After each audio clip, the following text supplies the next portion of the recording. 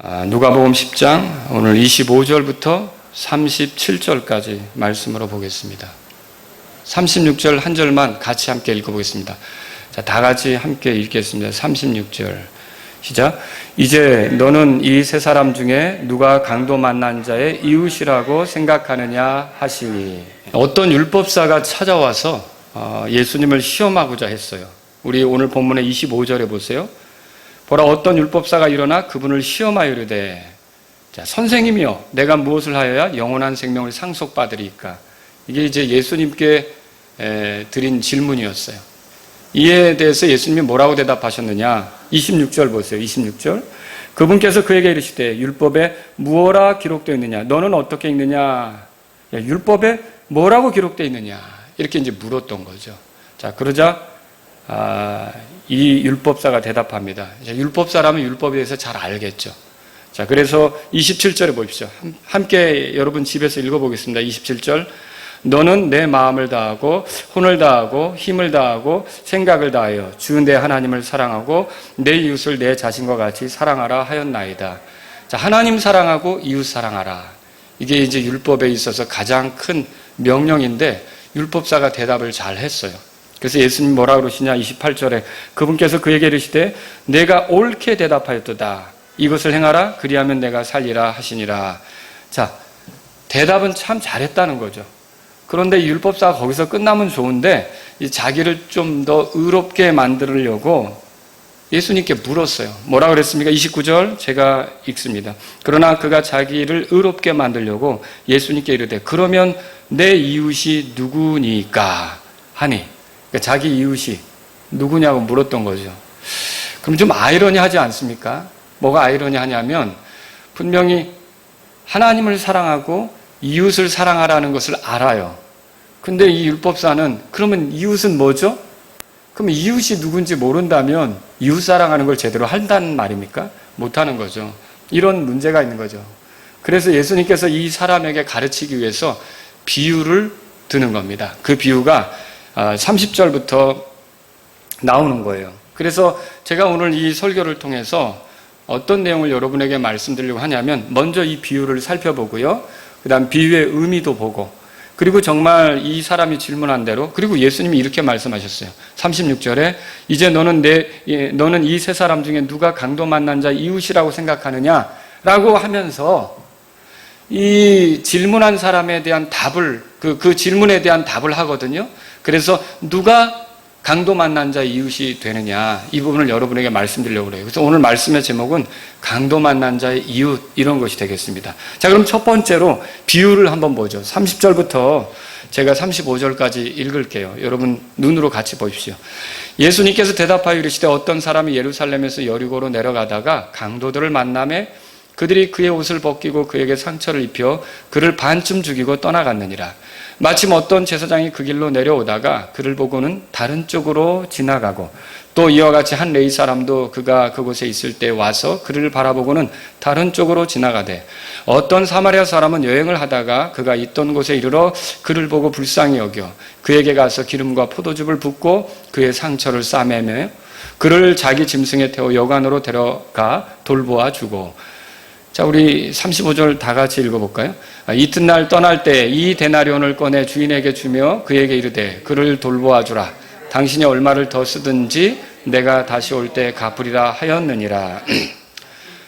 자, 이렇게 예수님이 말씀하시고 물었어요. 36절에 읽은 대로 너는 이 세 사람 중에 누가 강도 만난 자 이웃이라고 생각하느냐? 자, 그러면 예수님이 비유로 든 이 이야기 속에 강도가 있고요. 이 강도를 또 만난 사람이 있단 말이에요. 근데 강도를 만나서 그 사람이 어렵게 됐잖아요. 자, 이 사람에게 누가 이웃이 되겠느냐라고 묻는데 세 사람을 보기를 드는 거예요. 1, 2, 3.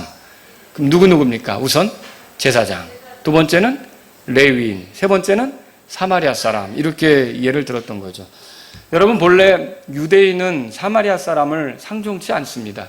우리가 그 같은 예를 어디서 발견할 수 있느냐면, 예수님께서 한 번은 사마리아 고을로 들어가셨어요. 그 야곱의 우물 곁에 물길로 온 사마리아 여자가 있는 걸 발견하고 이 여자에게 그곳에서 좀 마실 물을 좀 달라고 말을 걸었던 거예요. 그랬더니 요한복음 4장 9절에서 당신이 유대인이면서 어찌 사마리아 여자인 내게 마실 물을 달라고 하시나이까. 자, 이게 유대인인데 어떻게 사마리아 여자에게 그렇게 말을 붙이십니까? 말을 것입니까? 이런 얘기거든요. 그러면 이건 뭘 얘기하는 거냐면 유대인과 사마리아인이 본래 잘 상종치 않았다라고 하는 거죠. 이 본문에 보면 예루살렘에서 여리고로 여행한다. 그리고 예수님이 유대인들에게 보내진 거, 이스라엘 사람들에게 보내진 걸 생각할 때 여기에 강도 만난 자는 유대인을 말하는 것이라 생각할 수 있는 거예요. 정확히는 얘기는 안 나오지만 예수님이 사역이 이 이스라엘 중심이었기 때문에. 근데 이 강도 만난 사람을 도운 사람은 누구냐? 사마리아 사람이었다는 것이 오늘 예수님의 가르치심이에요. 자, 그렇다면 누가 이웃이냐고 묻는 예수님의 질문에 율법사는 뭐라고 대답했어요? 1번 뭐라 그랬어요? 제사장. 2번 레위인. 3번 사마리아 사람. 답은 이 셋 중에 있잖아요. 그럼 뭐라고 대답해야 돼요? 사마리아 사람이요 그래야 되죠. 그런데 이 사람이 뭐라고 대답하냐면 여기 보시면 37절에 같이 읽어보죠. 시작. 그가 이르되 그에게 긍휼을 베푼 자니이다 하매 이에 예수님께서 그에게 이르시되 가서 너도 그와 같이 하라 하시니라. 자, 사마리아 사람입니다. 그렇게 말합니까? 그렇게 안 했어요. 이게 왜 이러냐면 이 유대인들 안에는 사마리아인에 대한 불편한 심기가 있는 거예요. 사마리아 사람이 좋은 일을 해도 그 사마리아 사람에 대해서 이렇게 인정하고 싶지 않은 부분이 있는 거죠. 그래서 사마리아 사람입니다 라는 대답보다는 그냥 긍휼을 베푼 자입니다 이렇게 대답한 거죠. 둘러서 대답한 거예요, 말하자면. 자, 그때 예수님께서 율법사에게 가서 너도 그와 같이 하라 이렇게 이제 명령을 하신 겁니다. 자, 그러면 이 우리가 비유의 의미를 좀 살펴보죠. 비유라는 건 여러분도 아시지만 어떤 진리를 담고 있는 거예요. 그 진리를 이해시키기 위해서 예수님께서 실제적으로 일어날 수 있는 그 일들을 소개하면서 뭔가 진리를 이제 알려주려고 하신다는 거죠. 우리가 이 비유에 대해서 세세하게 자세히 모든 것을 다 살필 수는 없습니다. 그러나 크게 몇 가지를 볼 수 있는데 여기서 가장 중요한 게 뭐냐면 예수님은 이 사마리아 사람을 통해서 자신에 대해서 보여주고 싶으셨던 거예요. 그러니까 이 비유를 통해 누구를 가르치려고 했냐면 예수님을 가르쳐 주려고 했던 거예요. 예수님이 어떤 분이신지를 소개하려고 했다. 그렇게 보시면 됩니다. 우리는 그냥 통상적으로 사마리아 사람처럼 착한 일을 해야 돼. 어려운 사람 보면 무시하지 말고 지나가지 말고 도와줘야 돼. 이런 식으로 생각하는데 이 사마리아 사람의 비유는 누구를 보여주기 위해 있는 거냐? 예수님을 보여주기 위해서 있는 거다. 그렇게 정리하시면 되겠습니다. 자, 몇 가지 중요한 것들을 보죠. 첫 번째로 예루살렘과 여리고에 대해서 생각해 보죠. 자, 예수님께서는 이 비유에 두 개의 도시를 등장시키는데 하나는 예루살렘이고 다른 하나는 여리고였단 말이에요. 이 두 도시 사이의 거리는 약 25km 정도 이렇게 떨어져 있습니다. 그리고 예루살렘은 굉장히 높은 곳에 있어요. 그리고 여리고는 굉장히 낮은 곳에 있고 이 두 도시의 높이를 비교한다면 약 1200m나 된다고 그래요. 굉장한 그런 차이가 있는 거죠. 자, 그런데 이 예루살렘하고 여리고성 사이에는 광야가 있어요. 마을이 없고요. 그래서 거기에는 때때로 여행객들이 지나다닐 때 도적대가 출현하는 거예요. 강도들이 출현해서 여행객들을 때리고 여행객들에게서 중요한 물건들을 빼앗고 이런 일들이 빈번하게 있었습니다. 자, 예루살렘은 어떤 도시입니까? 여러분이 이 예루살렘이 이스라엘에서 굉장히 중요한 도시라는 걸 알 거예요. 이건 평화의 터전이다. 그런 의미가 있어요. 근데 성경에 보면 예루살렘은 여러 말로 표현이 됐는데 예를 들면 시편 46편 4절에서는 하나님의 도시, 그 다음에 스가랴서 8장 3절에서는 진리의 도시, 그리고 마태복음 4장 5절에서는 거룩한 도시, 그리고 시편 48편 2절에서는 위대한 왕의 도시 이렇게 불린단 말이에요. 자, 이렇게 다양하게 이 도시가 불리는데 그러니까 거기에 이 예루살렘이 크게 의미가 있는 건 뭐냐면 거기에 성전이 있다는 거예요. 하나님을 만나려면 다 어디로 가야 합니까? 예루살렘으로 가야 되는 거죠. 그 하나님을 만나러 갈 때는 예루살렘으로 올라가는 겁니다. 자, 여리고는 그럼 어떤 도시입니까? 이스라엘이 광야 생활을 끝내고 요르단강을 건넜을 때 처음 대면하게 되는 도시가 여리고예요. 여러분, 그 여리고성을 어떤 그 공격 무기도 쓰지 않고 어떤 그런 전쟁의 그런 어떤 군대를 동원해서 성문을 뚫고 들어가지 않았는데도 여리고성이 허물어졌다는 건 다 알고 계시죠. 이때 여리고성이 허물어졌을 때 거기에 있는 것은 아무것도 건드리지 못하게 했어요. 이거는 그냥 하나님께 말하자면 바쳐진 것이고 어떻게 보면 또 어떻게 보면 저주받은 것이어서 사람들이 그거를 건드리면 안 되는 거였죠. 자, 그리고 여리고성을 만약에 누군가 다시 세운다 그러면 여호수아기 6장 26절에 보세요. 여호수아기 6장 26절에 이런 말이 있어요. 그때 여호수아가 그들에게 엄히 명하 이르되 일어나 이 도시 여리고를 건축하는 자는 주 앞에서 저주를 받으리라. 그가 그것에 기초를 놓을 때에 자기의 맏아들을 잃고 그것에 문들을 세울 때에 자기의 막내 아들을 잃으리라 하더라. 그러니까 이 여리고성을 다시 세우는 사람은 세울 때 기초를 놓으면 맏아들이 죽는 거고 도시 그 문 있잖아요. 그걸 건축하면 막내 아들이 죽는다. 이게 저주받은 도시였던 거죠. 자, 그래서 이 예루살렘에서 여리고로 여행한다는 건 이 비유 속에서 무엇을 의미하냐면 하나님을 만나는 장소가 예루살렘 아닙니까? 성전이 있는 곳이 예루살렘 아닙니까? 근데 여리고는 저주받은 곳이잖아요. 자, 이렇게 하나님을 등지고 저주받은 세상으로 향하는 것을 빗대어 말해주고 있다는 거죠. 아시겠죠? 그러니까 하나님께서 계신데 그 하나님을 이제 등지고 저주받은 세상으로 향하는 여행자의 모습. 어떻게 보면 우리 인생의 모습을 보여주기도 하는 거죠. 자, 이런 것을 보여준다라고 할 수 있는 겁니다. 거기서 강도 만난 자를 두 번째로 생각해 볼게요. 자, 이 강도 만난 자. 자, 이 예루살렘에서 여리고로 가다가 강도를 만났는데 지금 말씀드린 것처럼 이 강도 만난 자는 이 세상을 살아가는 모든 사람을 보여주고 있어요. 그러니까 하나님의 품을 떠나 저주받은 세상을 향해 달려가고 있는 죄인들의 모습을 보여주고 있다. 그렇게 말할 수 있는 거죠. 여기서 그럼 강도는 뭐에 비유될까요? 사탄과 그 무리들, 도적대가 그런 걸로 비유되는 거예요. 그래서 하나님의 품을 떠나 사는 모든 사람은 사탄의 공격 속에 있다. 이렇게 사탄이 괴롭히고 더러운 영들이 그들을 괴롭힐 수밖에 없고 그들에게서 좋은 것들을 강탈해 가는 거예요. 시간도, 재능도, 기회도 강탈해 가면서 하나님의 영광을 위해 살아보지 못하게 만드는 그런 것들을 이게 보여주고 있다. 그렇게 말할 수 있는 거죠. 그래서 이 강도 만난 자는 우선 예수님 앞에 서 있는 율법사의 모습이기도 하고 그리고 사마리아인들을 대단히 혐오했던 유대인들의 모습이기도 하고 오늘날로 말하면 이 땅에 살아가면서 하나님을 등지고 살아가는 그 세상 모든 죄인들, 우리도 구원받기 전에는 이 여리고성으로 내려가는 그 사람과 같았다는 거죠. 이렇게 죄인들의 모습을 보여준다라고 할 수 있는 겁니다. 자, 강도 만난 자가 어떻게 됐냐면 성경 본문에 보니까 맞아가지고요 반쯤 죽게 되었다고 예수님이 표현했어요. 그러니까 이게 뭘 얘기합니까?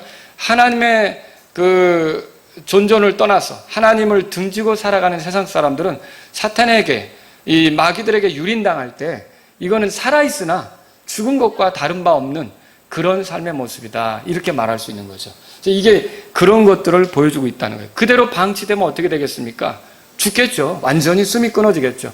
그것처럼 이 땅의 사람들은요 하나님을 등지고 세상으로 향해서 가고 있는데 여기서 사탄에게 시간도 빼앗기고 재능도 빼앗기고 물질도 빼앗기고 기회도 빼앗기고 이렇게 하면서 이 사람들의 모습은 그대로 놔두면 정말 끔찍한 최후를 맞을 수밖에 없는 비참한 상태에 있다. 이걸 말한다는 거죠.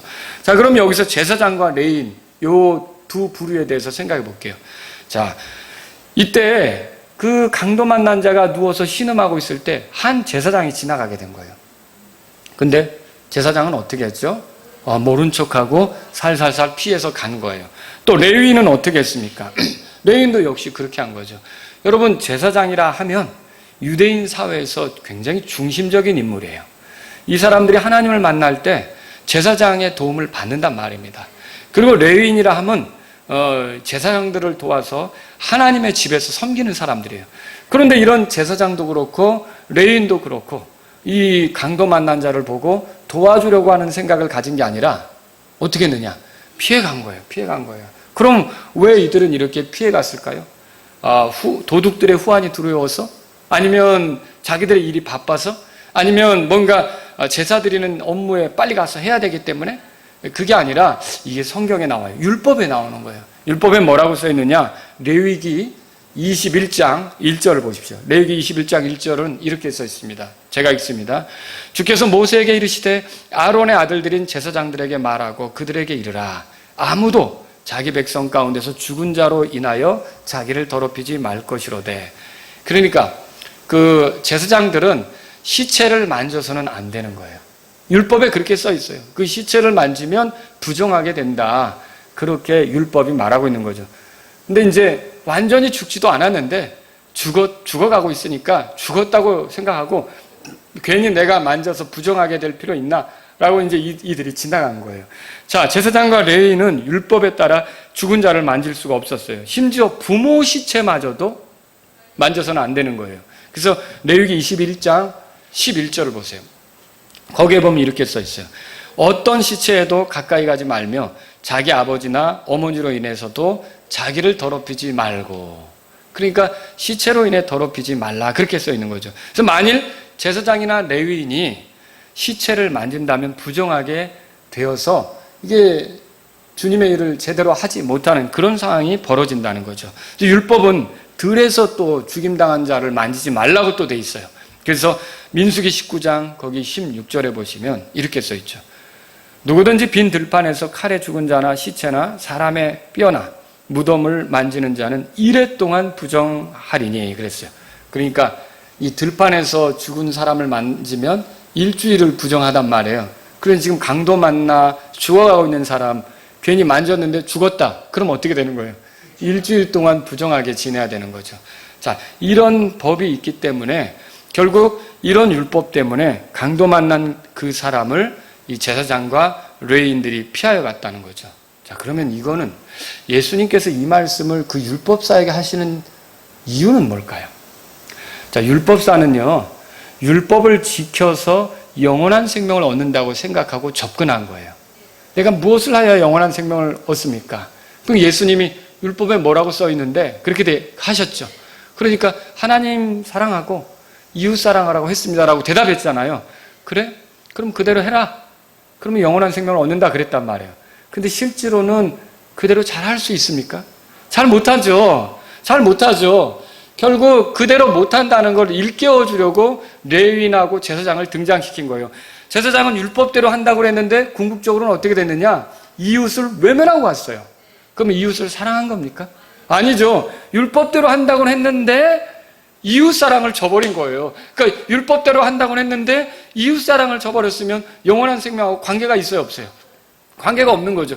예수님은 이런 말씀을 통해서 이 율법사에게 뭐라고 그러냐면 이 율법사에게 너 지금 제사장하고 레위인에 대한 이야기를 하면서 율법사에게 율법을 지켜서 율법대로 해가지고 영원한 생명을 얻는다는 거는 이거는 사실은 어려운 생각이다. 이것은 불가한 생각이다. 이걸 율법사에게 일깨우시는 거란 말이죠. 아시겠죠?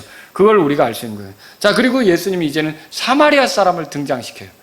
제가 여러분에게 강조하려고 하는 바는 이 사마리아 사람이야말로 사랑을 베풀었는데 사마리아 사람이 누구를 보여주기 위해 등장된 거냐? 예수님을 보여주기 위해서 등장되었다는 것을 말씀드리고 싶은 거예요. 자, 제사장과 레위인이 지나간 뒤에 어떤 사마리아 사람이 지나가게 됐는데 사마리아 사람은 본래 이스라엘 자손이죠. 야곱의 후손이란 말이에요. 그러나 그 아시리아를 통해서 이 북쪽 이스라엘 왕국이 멸망하면서 이방인들과 북쪽 이스라엘 거주민들이 섞이게 된 거예요. 자, 이렇게 섞이게 된 게 결국 사마리아인의 시작이란 말이에요. 그런데 유대인들이 볼 때는 그들이 순수한 혈통이 아니고 이렇게 섞였기 때문에 그들은 더럽혀진 사람들이다. 이렇게 보고 유대인들은 사마리아 사람을 좀 터부시했던 거예요. 가까이 하지 않았던 거예요. 그들을 무시하고 멸시했던 거죠. 그런데 많은 유대인들이 이렇게 공격하는 그 사마리아 사람이 이 강도 만난 자의 이웃으로 등장하는 거예요. 이건 뭘 보여줍니까?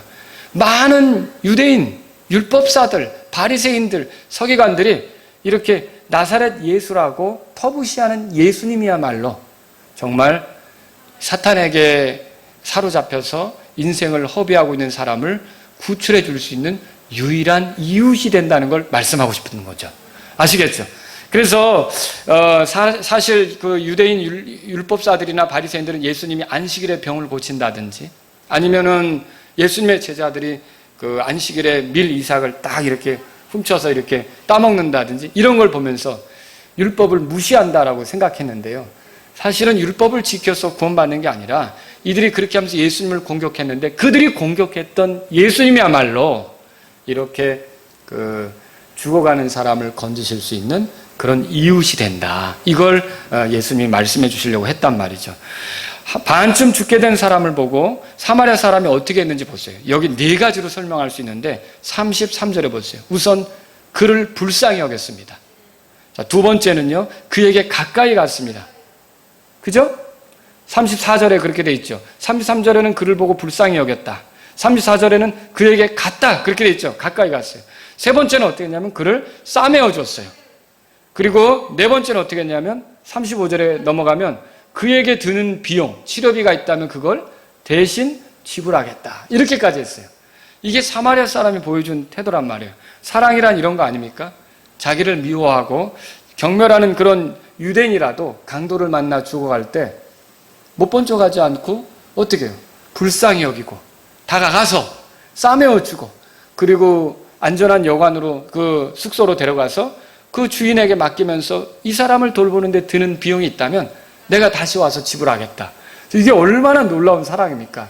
바로 예수님이 이런 분이란 말이죠.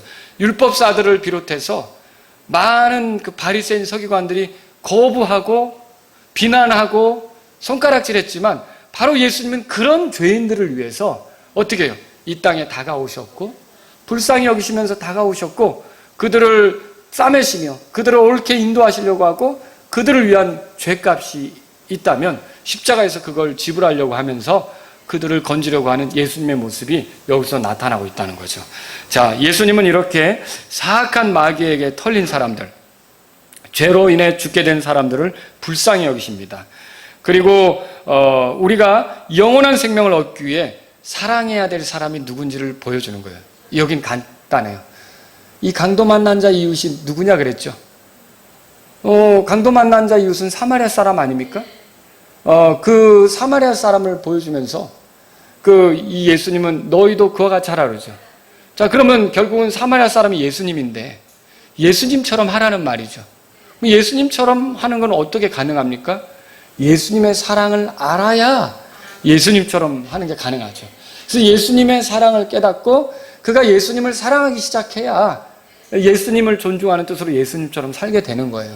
그래서 이 말씀은 뭘 얘기하는 거냐면 이제 결국은 예수님을 사랑해야 된다는 것을 보여주고 있다는 거죠. 그래야 영원한 생명이 그의 것이 된다는 걸 가르쳐 주는 거예요. 다시 말하면 아무리 그가 율법을 많이 알고 아무리 그가 그 이스라엘의 후손이고 이렇게 하더라도 이 예수님의 가치를 알지 못하고 예수님이 하시는 일을 알지 못하고 예수님하고 특별한 관계가 되지 않으면 정말 영원한 생명은 그에게 해당하지 않는다. 이걸 가르쳐주고 있다는 거죠. 자, 그럼 누가 우리의 이웃입니까? 우리에게 긍휼을 베푸신 분이 우리의 이웃이 되는 거죠. 강도 만난 자를 불쌍히 여기듯 이제 죄 가운데에서 죽어가는 우리를 불쌍히 여기시는 분, 강도 만난 자에게 다가가듯 죄 가운데 있는 우리에게 다가오신 분, 강도 만난 자를 이렇게 싸매 주시듯이 이렇게 죄 가운데 죽어가는 우리를 보듬어 주실 수 있는 분, 강도 만난 자를 위해서 그 치료비를 지불하겠다고 대신 지불하겠다고 하듯이 이 죄 가운데 있는 우리를 위해 죄값을 대신 지불하실 수 있는 분 누구예요? 예수님이시죠. 예수님께서 강도 만난 자의 이웃이 되시는 거예요. 그러니까 이 비유 속에 등장하는 이 강도 만난 자의 진정한 이웃은 사마리아 사람이라면 오늘날 이 땅을 살아가면서 사탄과 마귀들에게 속아서 그 공중의 권세 잡은 통치자 마귀가 이 세상 행로를 만들어 놨고 이 세상 행로를 걸어가면서 우리가 돈도 허비하고 시간도 허비하고 재능도 허비하면서 하나님을 위해 살아볼 기회를 잃어가고 있는 거거든요. 점점 죽어가고 있는 거거든요. 이런 우리가 어떻게 구출되느냐? 우리의 진정한 이웃이 되시는 예수님을 통해서 구출된다는 걸 이건 말하고 있다는 거죠. 여러분 이 예수님을 만나셨습니까? 그렇다면 살아날 수 있는 거예요. 예수님은 죄 가운데 죽어가는 우리를 불쌍히 여기셨어요. 주님은 여리고 문 앞에서 그 구걸하던 거지, 여러분 소경거지 아시죠? 예, 이 거지가 다윗의 자손 예수님이요. 누가복음 18장 48절에 그렇게 써 있어요. 다윗의 자손 예수님이요, 내게 긍휼을 베푸소서 할 때 모른 척하고 지나갔어요? 멈춰 섰어요?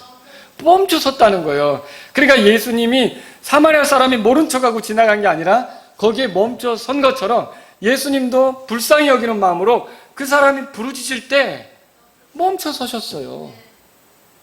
그리고 여러분, 그 가나안 여자가 자기 딸 때문에 찾아온 적 있잖아요.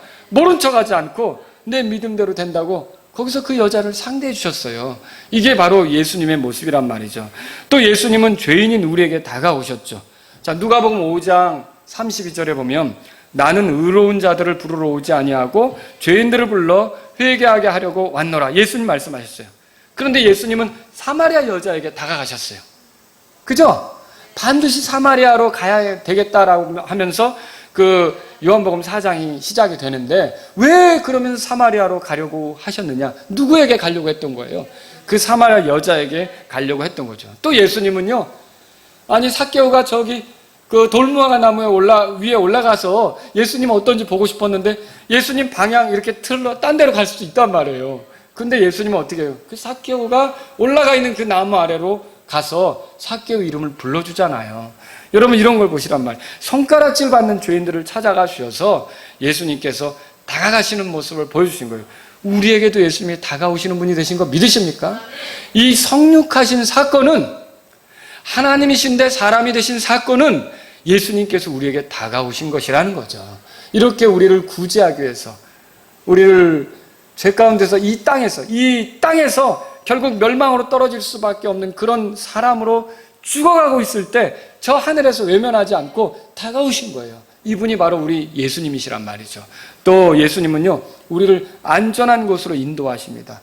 그대로 방치되면 멸망하는 것, 그게 뻔하니까 그대로 두지 않고 어떻게 합니까? 우리를 안전한 곳으로 인도하는데, 여러분, 우리가 이 세상을 살아가는데 가장 안전한 곳이 그리스도 안, 예수 그리스도 안, 그 안 아닙니까? 예수 그리스도 안에 있을 때, 그리스도 안에 있을 때 정죄함이 없는 거 믿으십니까? 심판은 사라지는 거 믿으십니까? 사탄으로부터 건져지는 건 믿으십니까? 죄와 사망의 그런 그 권능에서부터 건져지는 걸 믿으십니까? 그리스도 안이 가장 안전한 것이, 우리를 그리스도 안으로 이끄시는 거죠. 자신의 왕국으로 이끄셔서 우리가 거기서 살게 할 뿐만 아니라 또 어디로 이끄십니까?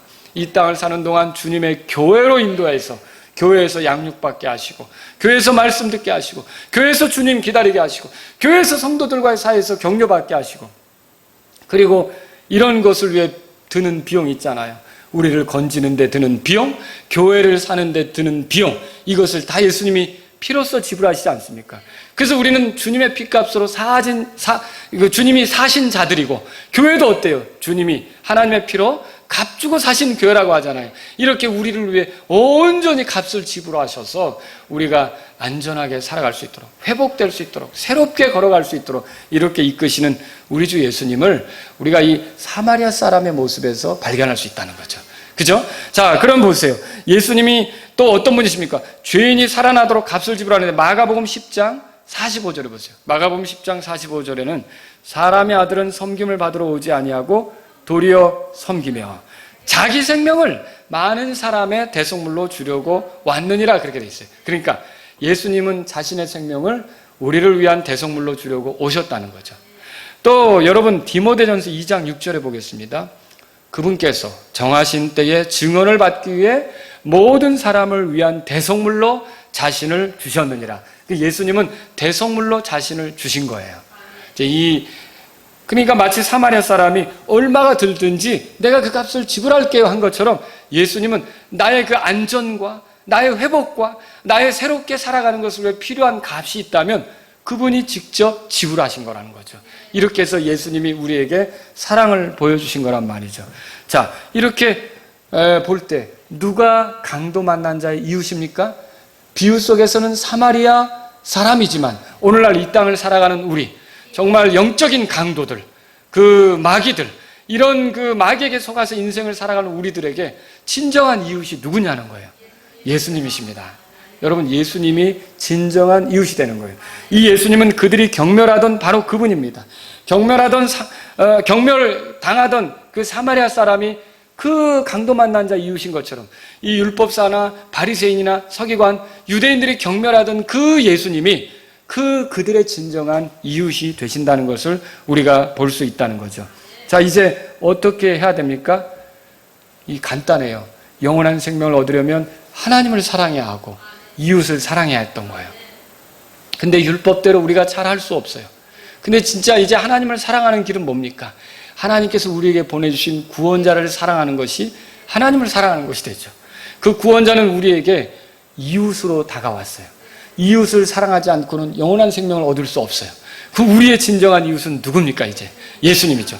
예수님을 사랑하고 예수님을 소중히 여기고 예수님이 나의 구원자라고 믿고 예수님이 나의 주님이라고 믿고 예수님이 나를 살리셨다고 믿고 예수님이 나를 위해 값을 지불하셨다고 믿고 예수님을 소중히 여기게 되는 그 사람은 영원한 생명을 얻는 거예요.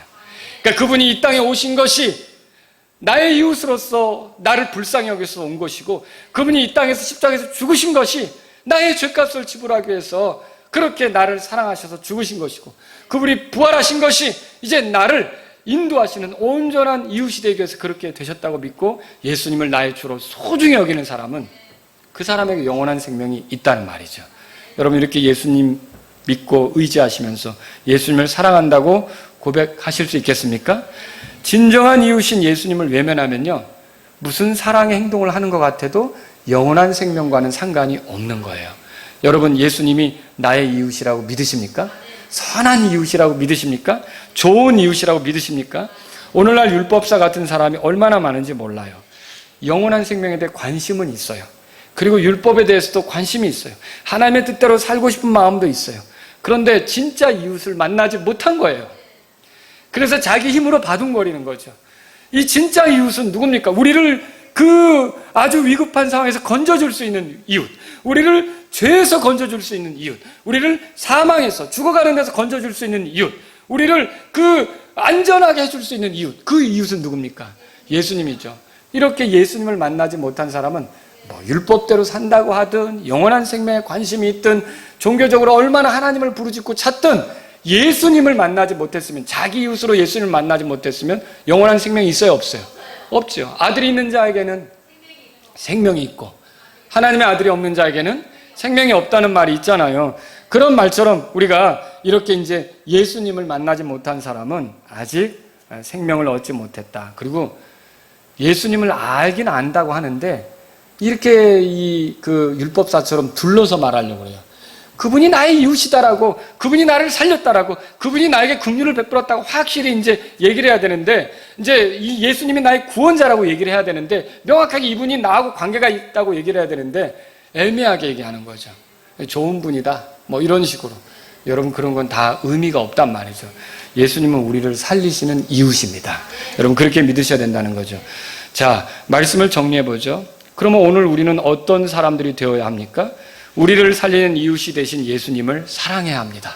사마리아 사람은 자기를 미워하고 적대시하던 그 유대인을 불쌍히 여기고 다가와서 싸매주고 안전한 곳으로 데리고 왔어요. 그를 위해 값을 지불했단 말이죠. 마찬가지로 예수님도요, 그분을 미워하던 세상을 향해서 찾아오셨고 불쌍히 여기셨고 찾아오셨고 또 보듬어 주셨고 값을 지불하셨단 말이에요. 이렇게 해서 우리에게 영원한 생명을 주시는 분이 되시는데, 이 영원한 생명을 주시는 예수님을 사랑하는 게 진정한 이웃사랑이 된다는 거죠. 예수님이 내 이웃이니까. 그죠? 그렇게 하는 거예요. 또 주님은 그 율법사에게 강도 만난 자의 이웃이었던 사마리아 사람처럼 하라고 명령하십니다. 죽어가는 사람을 위해 사마리아 사람처럼, 그리고 예수님처럼 그런 사람이 되라고 명령하십니다. 자, 율법의 틀에 매여 사는 사람은 그거 할 수 있습니까? 그렇게 못하죠. 예수님의 사랑을 알아야 되는 거예요. 이렇게 되려면 우리의 이웃이었던 예수님께서 우리를 사랑하신 그 사랑을 깨달아야 돼요. 그리고 예수님이 우리를 사셔야 돼요. 그러니까 우리를 말하자면 소유로 삼고요, 우리 안에 그분이 사셔야 내가 예수님처럼 이렇게 사랑을 베풀며 살 수 있다는 거죠. 이런 특별한 관계는 어떻게 이루어질 수 있습니까? 내가 그리스도 안으로 들어가야 되는 거죠. 또 그리스도께서 내 안에 사셔야 되는 거죠. 어떻게 이런 관계가 될 수 있습니까? 바로 예수님께서 하늘로부터 이 불쌍한 나, 죄로 죽어갈 수밖에 없는 나를 관심 갖고 다가오셨고요. 불쌍히 여기는 마음으로 다가오셨고 나를 보듬으셨고 또 나를 위해 값을 지불하셨다. 십자가에서 내 죄값을 지불하시고 내 죄 때문에 예수님이 희생당하셔서 나를 건지셨다. 이렇게 예수님을 나의 이웃으로 나의 구원자로 믿으면 예수님은 그 사람 안에 들어가 살게 되는 거죠. 이 사람과 더불어 사시는 거죠. 그렇게 함으로써 이 사람이 사마리아 사람처럼 사랑을 드러낼 수 있는 그런 사람이 된다라고 하는 거죠. 그래서 이웃 사랑을 실천하기 전에 먼저 우리는 예수님을 사랑해야 돼요. 그래야 진짜 다른 사람에 대한 사랑을 사심 없이 자기 의를 드러내려고 하는 게 아니라 자기의 어떠함을 과시하려고 하는 게 아니라 자기가 이만큼이나 대단하다는 걸 보이려고 하는 게 아니라 진짜 사심 없이 예수님의 사랑을 깨닫게 되고 내가 예수님을 사랑할 때야 비로소 그런 사랑이 가능하다는 것을 우리는 이 말씀을 통해 알 수 있다는 거죠. 그래서 여러분은 이제 예수님을 사랑함으로 예수님처럼 사는 게 가능하다는 걸 배우셔야 되는 거죠. 이웃을 사랑하는 것이야말로 하나님께 난 증거예요. 자, 여러분이 예수님의 사랑을 경험했다면 이제 어떻게 살아야겠습니까? 자, 사마리아 사람이 보여준 대로 우리가 예수님을 통해서 발견한 대로 우리도 역시 이웃을 사랑하는 그런 사람이 되어야 이제 우리가 하나님께로서 난 것을 드러낼 수 있는 거죠. 세상 사람들은 우리를 미워합니다. 지금도 보세요. 여러분이 코로나 사태로 뭔가 모르게 교회가 좀 부당하다고 느껴지는 게 많이 있습니다. 생각해 보세요. 자, 어느 식당에서, 전국에 있는 어느 식당에서 확진자가 나왔어요. 코로나 확진자가 나왔어요. 모든 식당을 다 폐쇄합니까? 그렇게 하지 않습니다. 그 식당 소독하고요. 다시 또 얼마 있다 운영 재개하고요. 그리고 어떻게 하죠? 다른 식당까지 문 닫게 하지 않아요. 식당 하나에서 코로나 확진자가 나왔다고 전국의 그 식당을 다 문 닫게 하지 않아요. 그러나 교회는 어때요? 몇 개 교회에서 확진자가 나왔다고 결국 모든 교회들은 다 예배를 드리지 못하게 하는데 뭔가 좀 억울한 느낌 들지 않습니까? 그런데 그렇다 할지라도 어떻게 돼요? 여러분, 우리가 방역당국을 위해서 기도해야 되고 그 사람들이 잘 이걸 수습할 수 있도록 그렇게 우리가 지혜를 달라고 하나님께 기도하고 또 그들도 하나님의 사랑을 깨달아서 정말 관료들 중에 기독교인 같은 사람이 있다면 여러분, 그 에스더가 어떻게 했어요? 자기 그 유대인들이 죽게 된 위기 속에서 이 때를 위해서 왕궁에 들어간 줄로 생각하라는 그런 그 모르드게의 말을 듣고 어떻게 했어요? 자기 민족을 위해서 기도하잖아요. 이렇게 상황이 어려울 때 그렇게 행정관료로서 교회들을 위해서 일하고 교회들을 위해서 이렇게 일할 수 있는 그런 일꾼들도 나오도록 여러분들이 관료들을 위해서 기도할 필요가 있다는 것이죠. 자, 우리는요, 우리를 불편하게 하는 사람이라고 해도 우리가 욕하거나 비난하거나 적대시를 할 게 아니라 그들을 위해서 기도하고 그들이 결국 그리스도의 사랑을 알도록 우리가 사랑을 보여줄 수 있는 그런 그리스도인들이 될 수 있기를 바랍니다. 우리가 사마리아 사람처럼 하게 될 때 결국 거기서 예수님의 모습을 드러내게 된다는 걸 알아야 돼요. 그러니까 우리가 예수님을 믿는 것은 결국 예수님의 모습을 드러내기 위해서. 왜냐하면 그게 하나님의 창조 목적을 가장 잘 아름답게 드러내는 게 예수님 안에 있는 거잖아요. 예수님처럼 사는 것이야말로 가장 창조 목적답게 사는 거죠. 근데 이게 우리 힘으로 안 되니까 우리가 주님의 사랑을 묵상하고 주님이 어떻게 우리를 사랑했는지를 생각하고 우리의 진짜 이웃인 예수님을 통해서 배운 대로 우리도 누군가에게 이웃이 되는 그런 저와 여러분들이 될 수 있기를 바랍니다. 우리 같이 기도하겠습니다.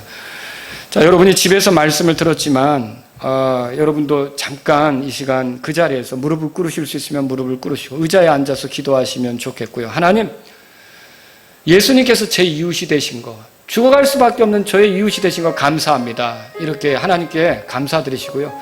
예수님의 사랑을 깨달은 나에게 찾아오시고 불쌍히 여기시고 보듬어 주시고 나를 위해 값을 지불하셔서 이렇게 나를 살아갈 수 있도록 새롭게 하신 그 예수님을 생각하면서 나도 사마리아 사람이 예수님 모습 드러낸 것처럼 저도 예수님의 모습을 드러내며 살기를 원합니다. 도와주십시오.